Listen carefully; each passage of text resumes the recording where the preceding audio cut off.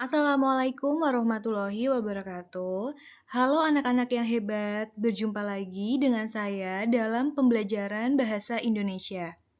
Pada perjumpaan kali ini, kita akan membahas tentang teks drama, di mana teks drama itu terdapat pada KD 3.15 yang berbunyi mengidentifikasi unsur-unsur drama baik secara drama tradisional dan modern yang disajikan dalam bentuk pentas atau naskah.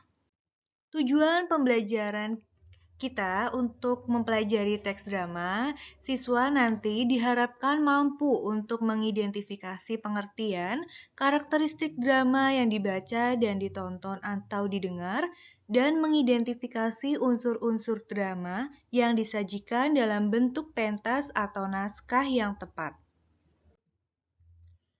Pertama, kita akan membahas dari pengertian dan karakteristik drama itu sendiri. Drama merupakan salah satu dari bentuk karya sastra yang menggambarkan atau mengilustrasikan kehidupan dengan penyampaian konflik melalui dialog. Drama sebagai karya seni yang sering ditampilkan atau dipentaskan di dalam ruangan atau di luar ruangan. Selain itu, drama juga sebagai seni pertunjukan yang diperagakan dengan gerak dan suara. Selanjutnya ada unsur-unsur drama. Yang pertama, tema. Tema merupakan gagasan pokok atau ide yang mendasari pembuatan sebuah drama. Kedua, alur atau plot adalah jalan cerita yang dimulai dengan pemaparan. Kedua, konflik, kemudian komplikasi, dilanjutkan krisis, resolusi, dan ditutup dengan ending atau keputusan.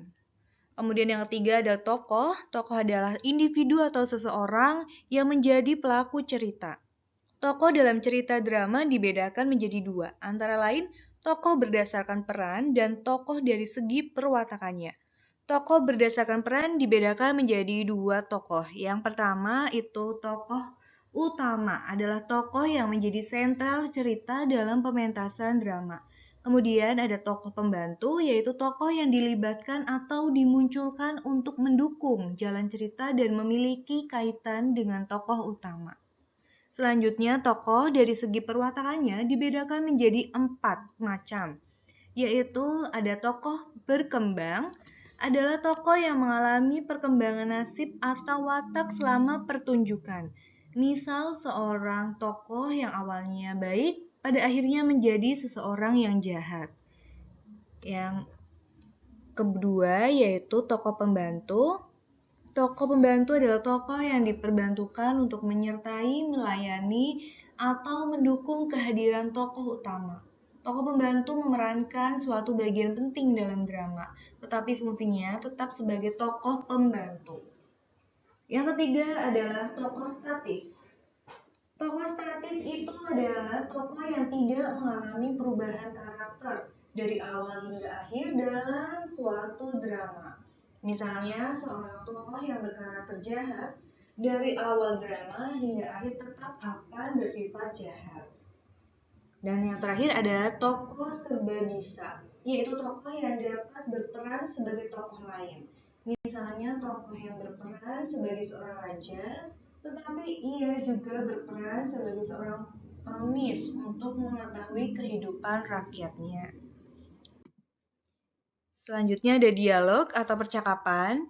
Dalam sebuah dialog ada 3 elemen yang tidak boleh dilupakan, antara lain tokoh, yaitu pelaku yang memiliki sifat protagonis dan antagonis, wawancang, yaitu dialog atau percakapan yang harus diucapkan oleh tokoh cerita. Contoh, Amran berkata, "Sudah jam 7:30 lewat, kemana perginya Anhar?"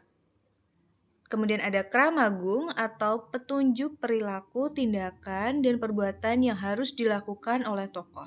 Dalam naskah drama kramagung dituliskan dalam tanda kurung, biasanya dicetak miring. Contoh pada kali ini Amran memiliki perilaku atau tindakan yang di situ dituliskan duduk. Kemudian ada latar. Latar atau setting merupakan bagian dari cerita yang menjelaskan waktu dan tempat kejadian ketika tokoh mengalami peristiwa. Dan ada amanat, yaitu pesan atau sisipan nasihat yang disampaikan pengarang melalui tokoh dari konflik dalam suatu cerita. Kemudian ada bahasa, yaitu merupakan media komunikasi antar tokoh. Sekian untuk pembelajaran kita kali ini. Semoga bermanfaat untuk anak-anak.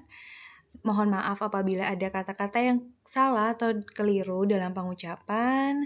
Sampai jumpa lagi. Wassalamualaikum warahmatullahi wabarakatuh.